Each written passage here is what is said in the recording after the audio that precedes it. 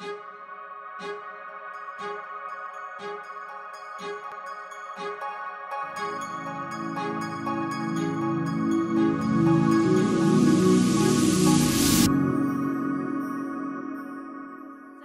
and welcome to Kitty Talks. We share inspirational life stories and interview some of the top thought leaders on the planet.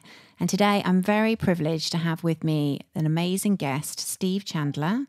He is a business and life coach. He has written over 30 books, and some call him the godfather, the grandfather of coaching, and he has coached some of the world's top coaches, Rich Litvin, Michael Neal. So Steve, welcome to Kitty Talks, and thank you so much for joining us. Thank you. Thank you very much. I think grandfather is a lot more appropriate than godfather. Yes, I suppose godfather has a bit of a negative connotation, whereas grandfather is a more loving. Yeah. More peaceful, less threatening. Yes, and you have a wonderful energy, really calming energy. So as soon as we jumped on, I was late, so it was a very calming energy that you have and you bring across.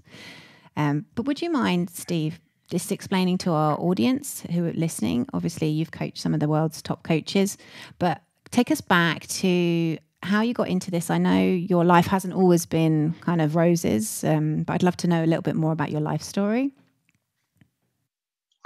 Yes, well, you and I were talking a little bit ahead of time about purpose and finding your purpose. And for many years, I really had a terrible self-image and really had no purpose. And I didn't even want to have a purpose. I didn't understand how all these people in the world knew what they wanted to do.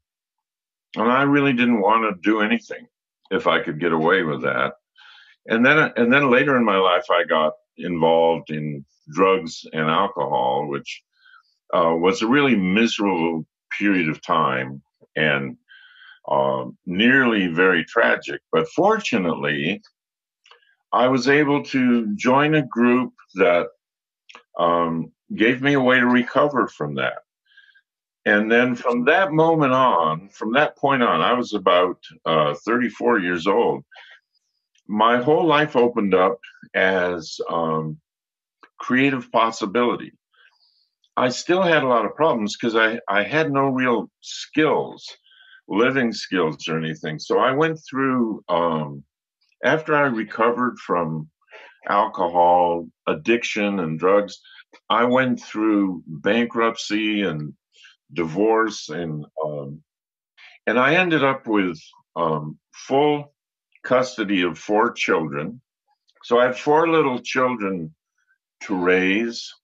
I had just gone bankrupt. I had no job, and there I was with life in front of me. But I began to connect with people who were psychologists, coaches, spiritual teachers. And I just kept finding a way to create the life I wanted, one little step at a time. And then I got a coach who helped me, and I kept reaching out for help because I needed help more than anyone I ever knew. And things turned around, and I began to have a job that really worked, and it was fun raising my kids. It wasn't some horrible burden. It was really exciting and fun. It was a great challenge. And so once that occurred, I started teaching other people how to turn their lives around, because I really saw that if I could do it, anybody could do it. Because I was lower than anybody I'd ever known. I mean, I had more fears, more insecurity, less ambition than anyone I knew. So when I saw people who were struggling, I could see, well, you're not far away from flourishing. I was really far away. And there are certain things you can open up to where you'll find your true self and you'll be fine. So I started doing that a little bit at a time. and then it just started to grow, and I wrote a book, and then I wrote another one, and so things just grew, not just kind of on their own. So anyway, I hope that wasn't too long a version. You might have wanted something shorter. No, really fascinating. Like, I'd love to sort of dive into a couple of points that you made. Like, I've had my own addiction struggles, and hindsight is a wonderful thing. And I genuinely think for me, I was looking for something in the wrong places, essentially. Yeah.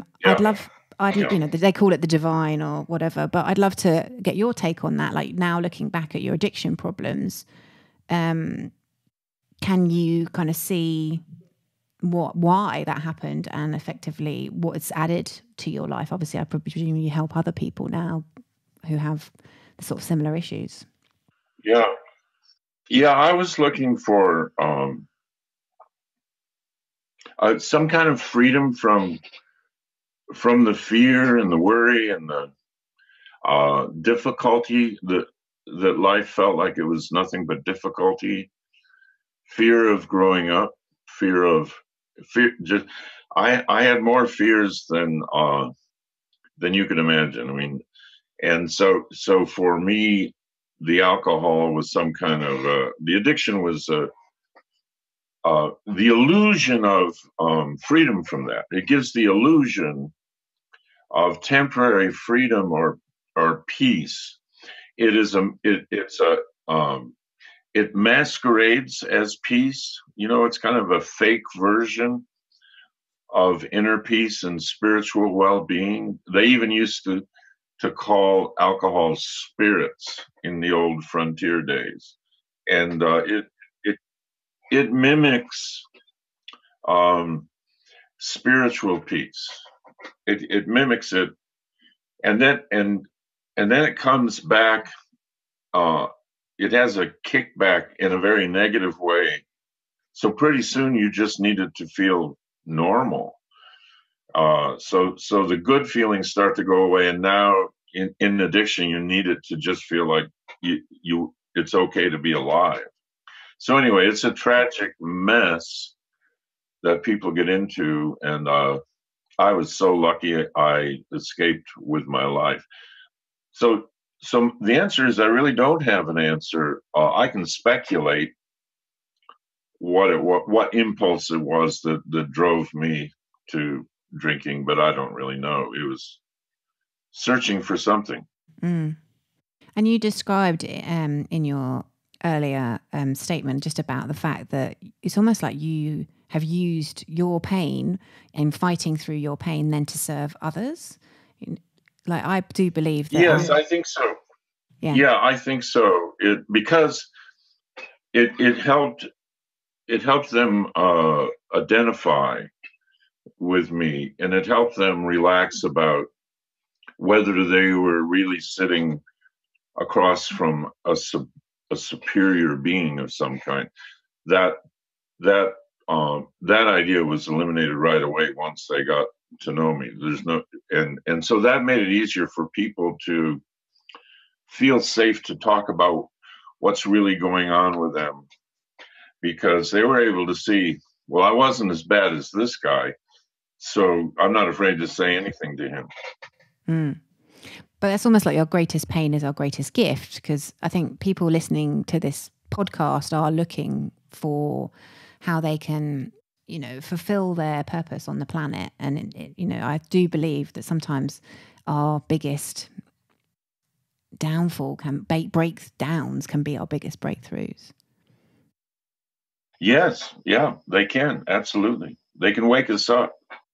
Mm. So and then talk us through, because it sounds to me like you kind of fell into what you're doing. The right people came along. You started writing books.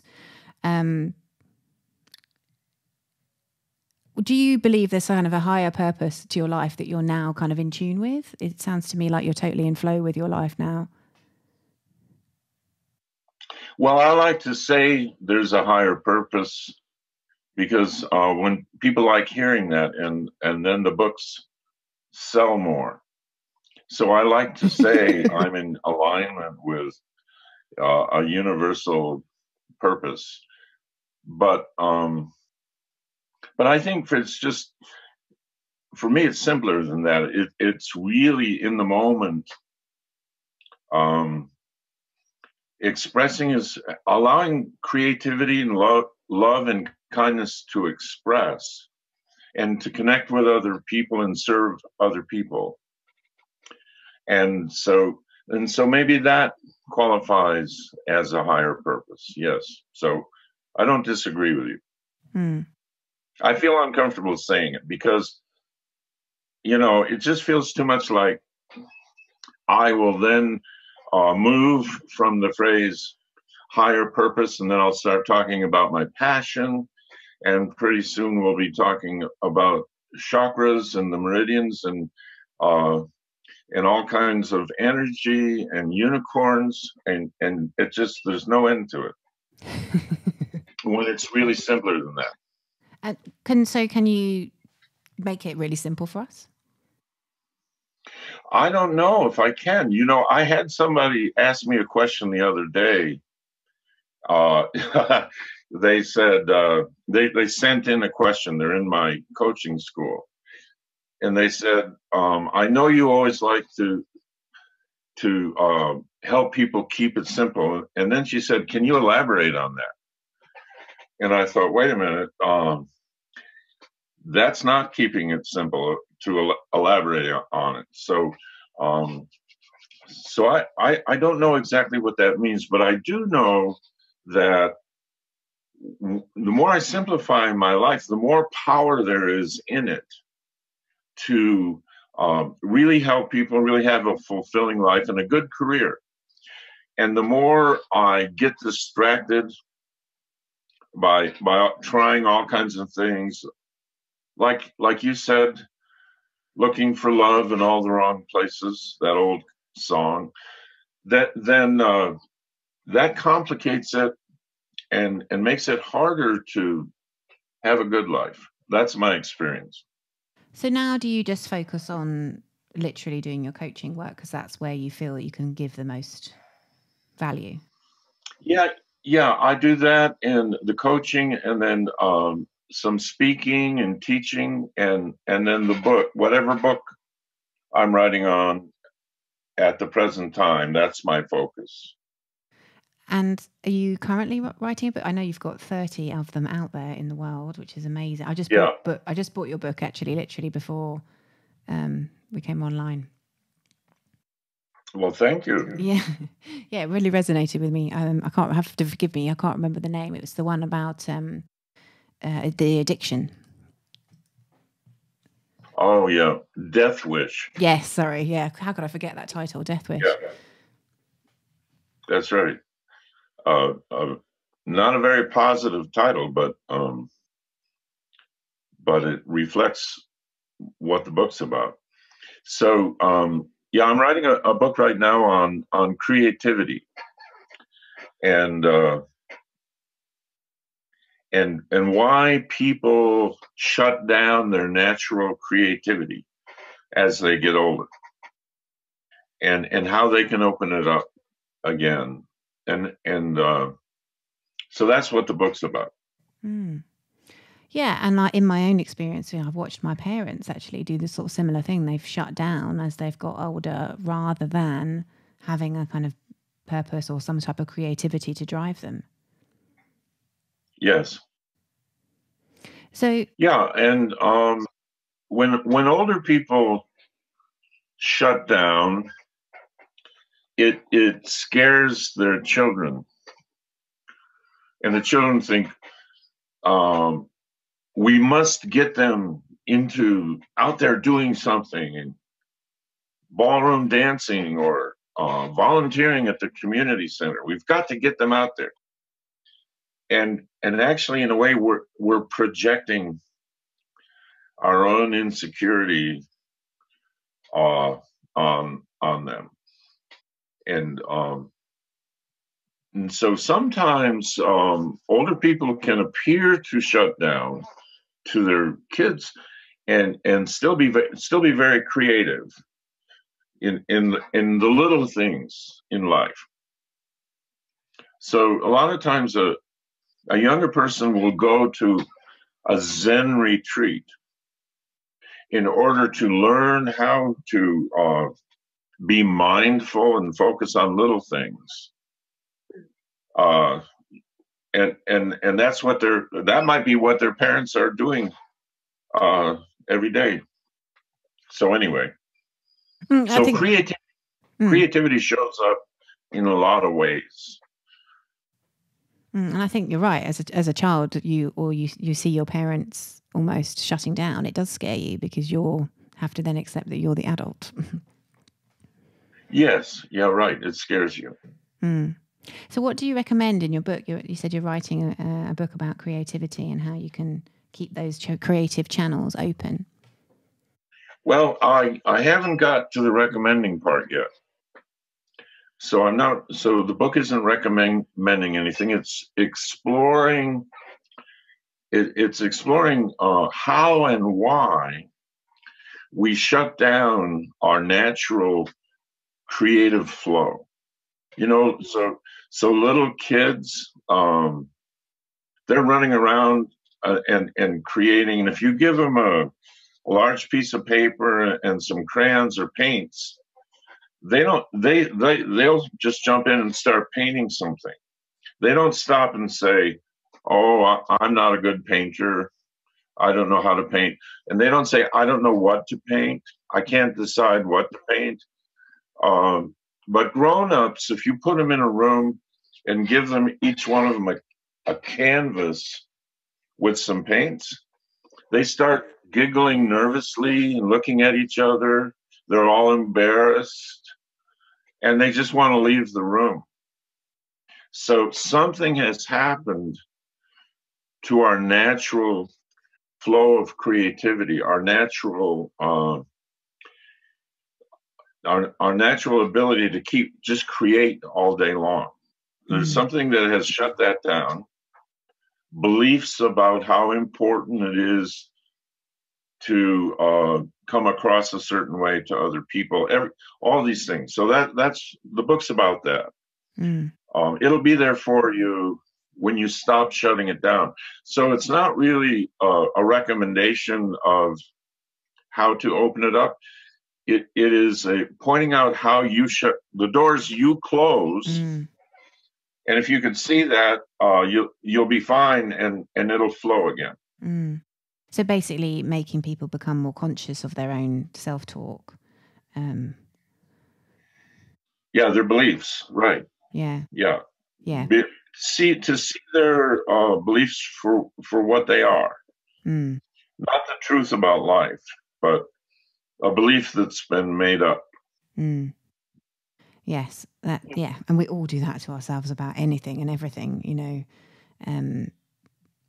doing podcasting, having conversations, anything new that is new for us. We have that beliefs or the self-talk that kicks in.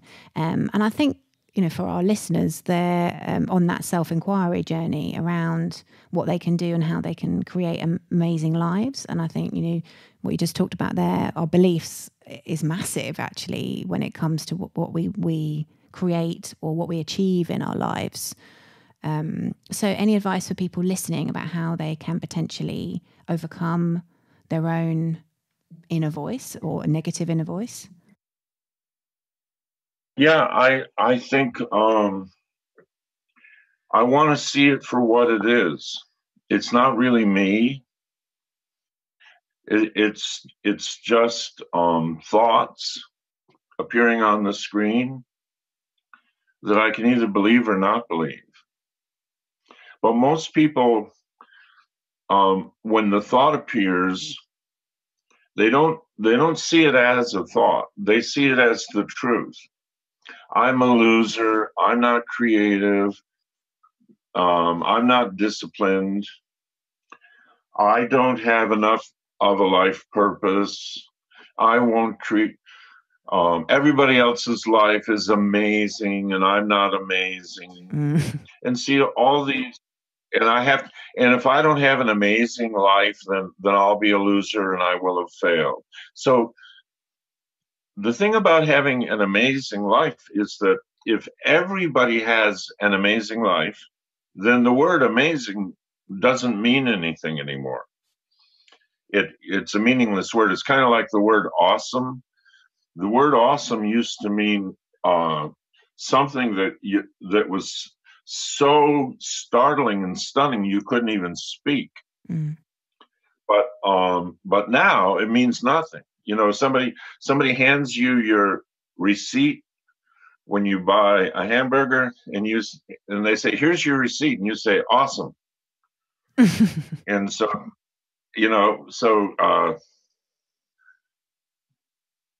when somebody says, "I want to have an amazing life," well, what does that mean to you? Mm. Who do you think has an amazing life? Mm. Well, Robin Williams and Prince. Mm. And look what their self-talk did to them. Mm. Yeah. Mm. And I think advent of social media, that's also something that people are battling a lot more now, because there's these kind of fake images out there of what people's lives are like. And in reality, we just need to kind of, I would say, stay in our own lane and do the things that we enjoy and not listen to the negative self-talk. Right. Mm. Yeah, that's true. I agree. And don't take it so seriously. That's why I think Jason Goldberg is such a wonderful person to read his book and listen to his videos and things, because he's really tapped into how you can actually perform better and be more effective at whatever you do if you take it less seriously, more lighthearted. You become more creative and your energy increases. You've got better energy when you're lighthearted. But we tell everybody in our society, we say, it's time to get serious. You know, if we have a problem, it's time to get serious about this. I'm not making enough money in my career, so I better get serious. And it's the opposite of what would really help. Yeah, absolutely. What we try and do on this podcast is get people to do the things that they really enjoy for exactly that reason. You know, like you said, you're in a more expansive energy when you're doing the things that you love, and actually not take it so seriously, because everything's happening perfectly. And by having some fun with it, you are much more likely to have that creative spirit and creative energy that will bring in the right people in the right situations. Yeah, that's true. So what gave you the idea to do the podcast? It's interesting. When I came out of my previous business, I run a transformation group, a non-profit organization, and I knew so many amazing people like yourself, all who had really fascinating life stories, and a lot of them had neither near-death experiences, some addiction problems, kind of big transformations, and now the work that they were doing was sort of helping humanity, and just watching their complete transformation of taking their lives from a dark place to now one of meaning and purpose. I wanted to interview people like yourself to explain your journeys, to empower others listening that actually you may be in a shitty, crappy place now, but if Steve Chandler can turn it around and take himself from full-on addiction to where he is now, coaching the world's top coaches, then that's doable for you too. Yeah, that's good. I like that. Thank you. It's wonderful work that you do. Thank you. And thank you for being so candid and sharing your story with us as well. Because I do really believe that everybody just needs to fight those monsters in their head, because it's mostly that's stopping people putting themselves out there. They're afraid of quitting their jobs. They're afraid of they can't make a living out of, doing something they love, because that's the kind of conditioning that we receive. And people like yourself, Jason, Michael, Rich, all prove that isn't the case. Yes, I agree with that. And, all of us, the people you mentioned, Rich, Michael, Jason, they had real failures in their lives along the way. It wasn't just so. And the way they rebounded from failure, breakdown, gave them an insight into the fact that any human being can do that. You don't have to be an amazing human being to really find great expressions of creativity and loving kindness and really make a difference in the world. You don't have to be an extraordinary human being. You just have to be a human being. That's all you need to be. And that to me was the biggest breakthrough. That was the good news. Because if you had to be somehow previously, you had to have some kind of previous identity or personality that was hardwired to be successful, there's no way I would have made it. No. And there's no way the universe would actually be set up that way, in such an unkind, unfair way, for some human beings to have that kind of advantage over others genetically. That does not that doesn't add up. That doesn't compute. That's a dark fantasy in somebody's head. So that was the good news. Anyway, I'm talking too long. I'm probably running past time for you. No, so I'm with you. I think and it also gives us into an insight into help out how other people, because my own story is addiction and breakdowns and depression, and now that's what drives me, is to help other people not experience the depths of the lowest low that I had. So it's taking, like we discussed right at the beginning of the podcast, it's taking that pain and using it to further other people. That's beautiful. Steve, thank you so much for coming on Kitty Talk. You're welcome. How can our listeners find you? How can they connect with you? How can they buy your books? Let me see. Yeah, my books are on Amazon, and the name is Steve Chandler. That would be it. That's all you need to know. We will have Steve's details in the show notes, so you will be able to connect with him there. But Steve, thank you once again for coming on Kitty Talk. All right, thank you. Very much appreciated. Thank you so much. And we will see you again next week on Kitty Talks. Bye-bye.